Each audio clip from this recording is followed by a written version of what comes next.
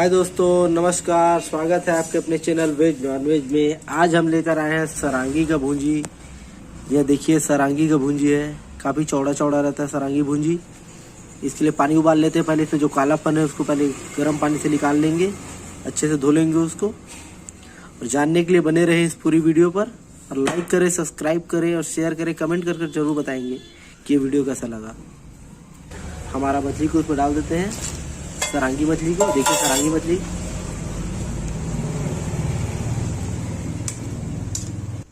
हमारा मछली को अब निकाल लेंगे हम।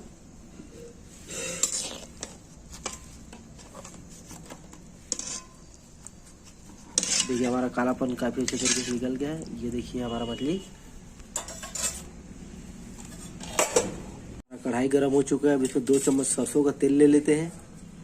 यहाँ ये सरांगी भूंजी को तलने के लिए। देखिए हमारा तेल अच्छे तरीके से गर्म हो रहा है। अच्छे तरीके से गर्म हो चुका है। अब इसे तल लेते हैं अच्छे से।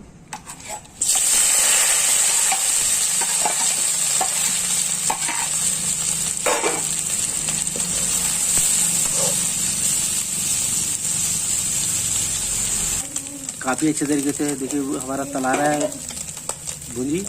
और इसमें डाल देंगे हम लाल वाला आलू, जिसको 2-2 टुकड़ा हमने काट लिया है, छोटा वाला आलू। आज बनाएंगे हम भुंजी और आलू। और ये अच्छे से तला गया, अब इसको निकाल लेते हैं हम।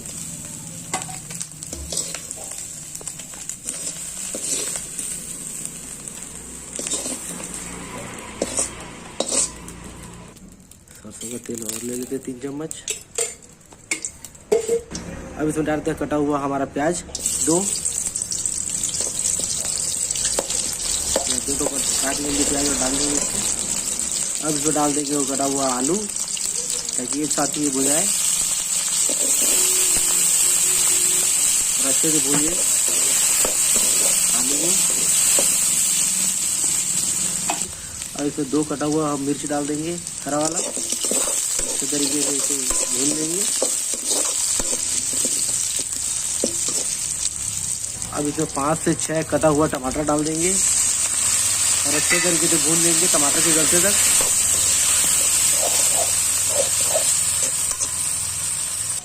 अब टमाटर गलने के लिए हम इसमें डाल देंगे नमक स्वाद अनुसार। और अच्छे तरीके से भून लेंगे। देखिए हमारा टमाटर अभी से गलना शुरू हो गया है।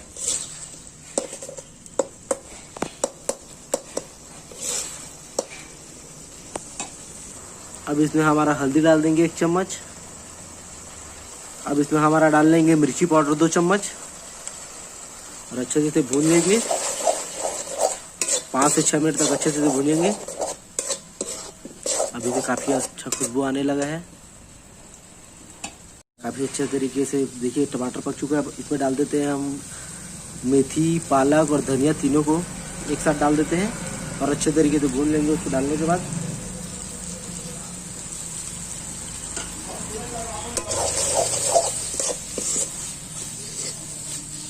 देखिए काफी लजीज दिख रहा है हमारा।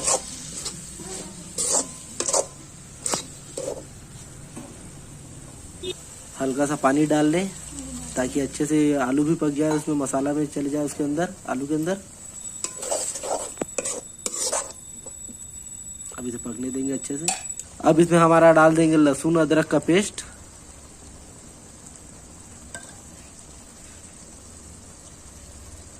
अब अच्छे करके चम्मच चला लेंगे।